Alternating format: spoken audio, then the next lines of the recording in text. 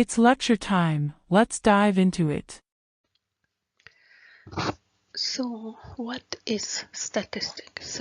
Statistic is the science of conducting studies to collect data, then organize data, summarize it, analyze it, and after that, draw conclusion from this data.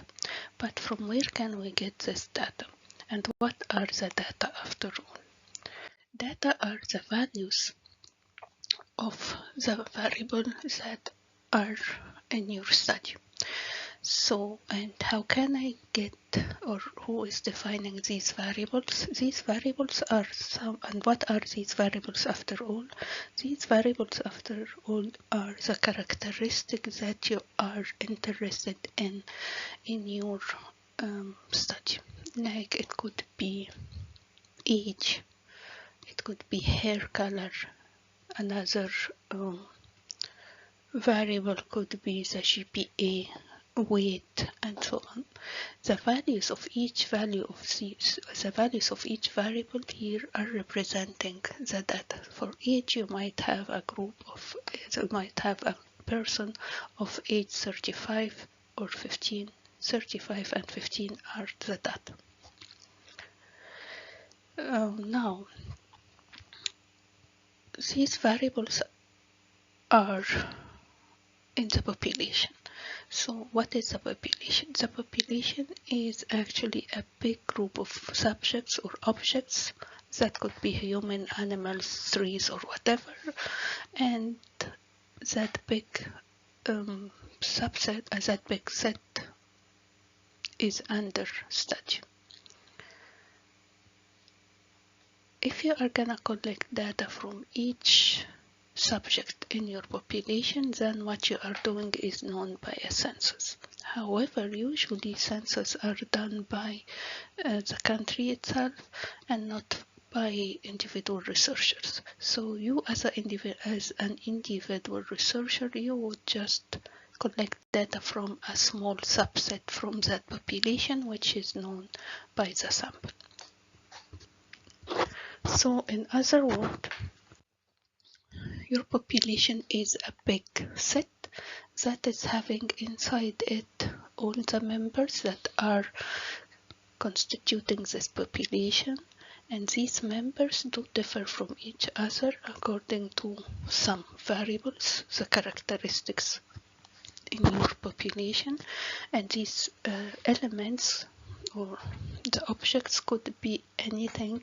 It depends on the definition of the population. But regardless what are these and what is the population, it has to be well defined so that you know exactly that a dot here is actually one member of this population, but maybe another dot outside is not in this population because it does not satisfy the definition of your population. Like if your study was only for a specific age group, like from 15 to 30. So any person from 15 to 30 in the region you are performing your study in it is one member of your population. However, any person with an age less than 15 or above 30 is not actually in your population. Now, how to get a subset from that population? You are gonna sample from it a tiny little subset, which is the sample. How? Using sampling techniques, some plans that we are gonna talk about it in a minute. And from that sample, or from this sample, you are gonna get your data. So you are gonna collect the data, the values of your variables under interest, and organize it in some tables or graphs, summarize it, calculating some measures like mean, averages, and so on, percentages maybe, and analyze it. Whatever you are doing here, it's just in the sample, but your main goal is to go back to the whole population, because after all you did study that sample not because you were interested in the sample, however you were interested originally in the population, but because the population is too big for you to study, you did have a sample from that one. So you need to go back to say something about your main goal, the population. Going back is known by inferring or doing inference, or to draw conclusion from a small subset to the whole set. Doing that needs what is known by probability. So these 4 steps: collecting, organizing, summarizing, analyzing data coming from the sample, is descriptive statistics. However, by the way, if you are doing all of these steps in a census, like you are doing it here for the whole population, it would be also descriptive statistics on the population itself. But if you had the data from a sample and you are going back to generalize it to the whole population, this is known by the inferential statistics. So in general, descriptive statistic is usually for data collected from the sample. However, if your study again was census, so all what you are doing in this census is also known by descriptive statistics, because you are not inferring. Inferential statistics are only coming from small subset that you are gonna use probability rules to generalize whatever you are seeing in that subset in your sample to the whole population. Now let me talk about the sampling techniques. The first sampling technique that we are gonna talk about today is what is known by the simple random sample, sometimes also called just random sample.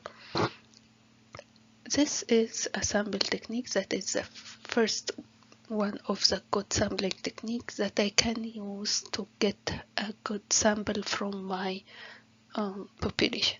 When we say good sample from the population, we mean that that sample is actually having most of the features that I see in my population. So how to perform or to get a sample according to that simple random sample scheme? I'm gonna make sure that all members in my populations, these tiny little dots, the objects, are having the same chance of being selected in my sample. How? An easy way to guarantee this is to bring a hat and put tiny little pieces of papers, and on each one of these papers you are gonna just put a number representing the number of the object in your population.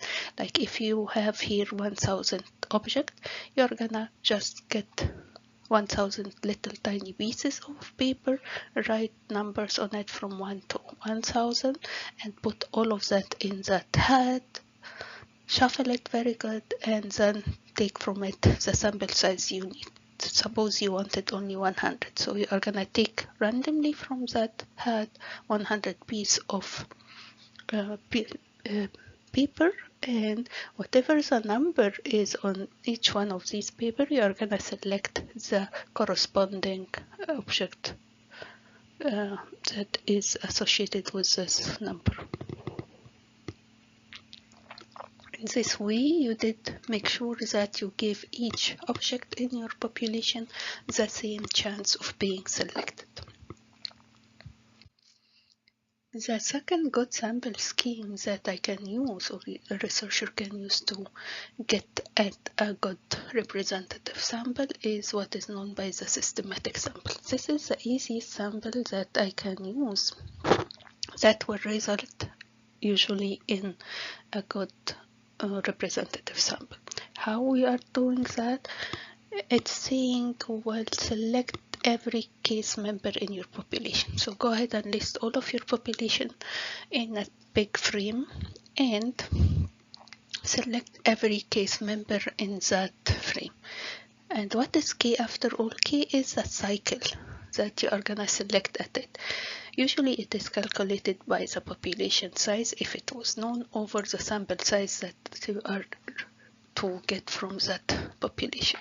So in my example here, I have 15 bottles representing my population. So population size is 15, while the sample size I want just 5 petals to be selected from that population. So 15 over 5, it will give me 3. So every third petal is going to be in my sample. So 1, 2, 3. This is in my sample. 1, 2, 3. This is in my sample, and so on. Petal 3, 6, 9, 12, and 15 would be in my sample if I use the systematic sample scheme. Another sample scheme that is good and will give you a representative sample is the stratified sample. In this technique, you are gonna divide your population into specific strata that are of interest or that you would like to represent them as they are in the population in your sample. In our example here, we do have the stratum women and men. Suppose that we have a population of exactly 10 men and 10 women, and you would like to have a sample of size 8. And you would like to make sure that you are having in the sample the same proportion of women versus men as they are in the population. So in this case, I am dividing my whole population into its two main strata, men versus women, and I'm gonna select from each one of these strata a simple random sample of size 4, because if I want to end up with a sample size equal to 8, then, and these are equal size strata, then from each one I'm gonna just take 50 of my sample here and 50 here, ending up with 8 members in my sample. This is a good sample scheme to be used if you want to make sure that some strata in your population is represented exactly as it is in the population, proportional wise. It's represented in your sample as it is in your population.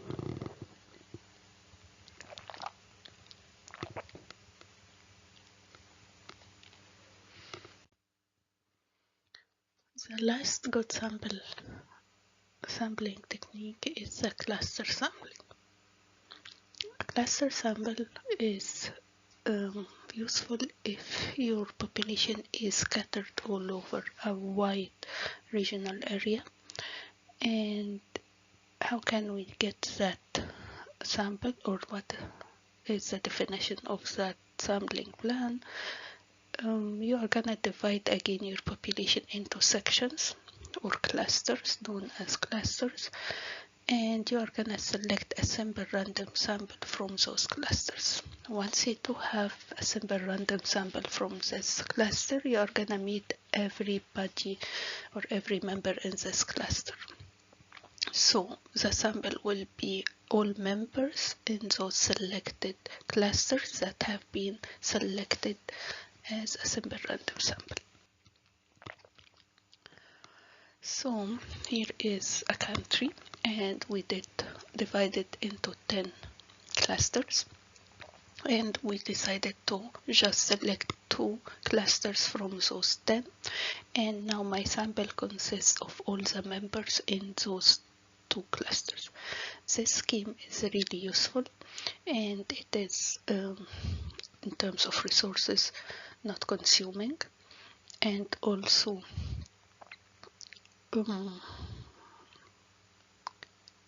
we're gonna talk about when this is good or not good, but in general you want all of your members in each cluster to be significantly different from each other. However, the clusters themselves shouldn't be that much different from each other. This is to the contrary of the strata or stratified sample scheme, where in the stratified sample scheme you are actually creating your strata such that all the members inside each stratum are exactly the same in terms of a specific variable, like gender, men versus males. Okay.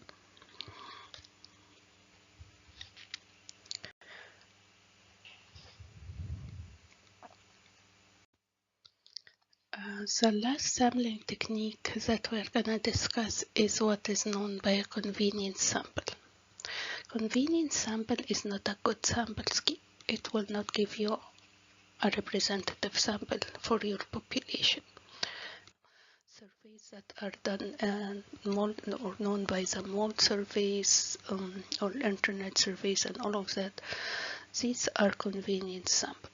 What is going on here is that you as a researcher, you will pick your sample according to convenience issue. Like if you are an interviewer and you needed to go ahead and get some survey from a specific mall, you would just stand in a specific area and everybody entering or across this area, you are gonna pick it in your sample. Like if this is the population and you are standing here, you are gonna just pick those ones rather than anyone else. So you are gonna pick them according to convenience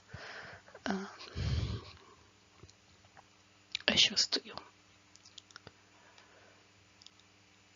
And obviously, if you are gonna just focus on those ones, those are totally different from the whole bulk of your population. So maybe you do have here blue ones like those, but the remaining are totally different. So just concentrating on that part just because it was convenient to you as a researcher or interviewer will really end up with a bad sample. So bottom line, this is not representative sample. Do not use it in general. Now, final remarks. Simple random sample is not practical actually if your population is widely scattered all over a big or a large geographic region. Like if you were studying something related to the whole world, a simple random sample from the whole world would be too costly in terms of money, efforts, and time. Usually the best option here to select is or to use as your sampling scheme is the cluster sample. Final remark number 2, systematic sample is not a good scheme if the population frames a list where you do put your members of the population in it does have a cyclic order or a specific pattern, because this will ruin the sample if it aligns with the cycle length. How? Imagine with me, this is my population, 25, a town of 25 houses, and you wanted to select 5 houses for a specific survey you are conducting.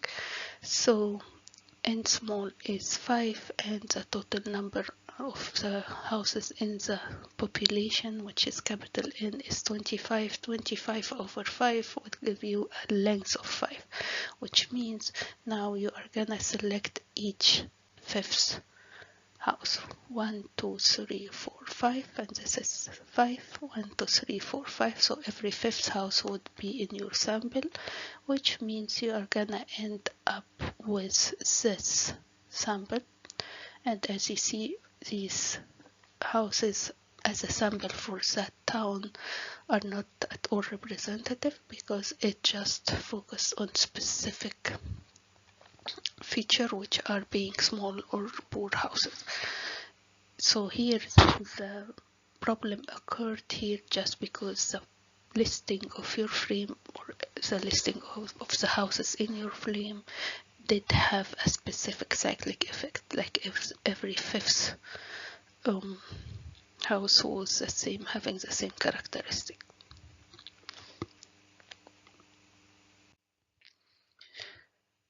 Cluster sample is not to be used also if the people or members of each cluster are not diverse from each other in terms of the characteristics, or if the clusters were significantly different from each other. Let me just have a scheme for that one. Suppose I have that cluster, these clusters from a population, where as you see here, each cluster is representing totally different members, like that cluster is having only golden ones, whatever the golden color reflect in terms of the characteristic. Those are blue, those are red, and those are purple. So in terms of the diversity inside each cluster, actually 0, okay, in terms of that aspect of color. And in terms of clusters from each other, they are really different from each other. So if you were to select 2 clusters, suppose you were to select 2 clusters in this from this population, so and ending up with this one, these ones, then you will end up with just having golden members and blue members, omitting the others, because this happens because the clusters were really different from each other in terms of the color, and inside each cluster there is no variability at all, no diversity. So here is a cluster sampling will be a no option. A last remark about the convenient sample, despite the fact that we said it is not representative and to be avoided if you needed to make statistical reliable and generalizable conclusion about a large population, you could still use it if you don't want to generalize the conclusion from that sample to the whole population. And that's it for the sampling techniques and the statistical circle that we did discuss.